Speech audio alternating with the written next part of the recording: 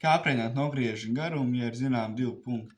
Apsmies formulapā, tur ir formula, ko mēs darām. Mēs ņemam otrā punkta koordinātas un no tā atņemam pirmā punkta koordinātas.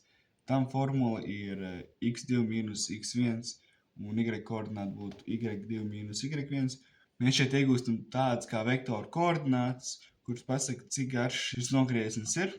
Lai iegūtu nogriežņu patieso garumu, mēs šīs koordinātas ceļam kvadrātā un izvelkam kvadrātu sākot no tām. Un skaitlis vienmēr būs pozitīvs, tas apzīmēs, cik garš ir šis nogriežņs. Ko īsti nozīmē x2 mīnus x1 un y2 mīnus 1? y2 mīnus 1, tas ir cik augsts ir šī 3 stūra garums. Un x2 mīnus x1, tas ir cik garš ir šis 3 stūris. Mēs aprēķinām nogriežņu garumu pēc Pitagora teorēmas.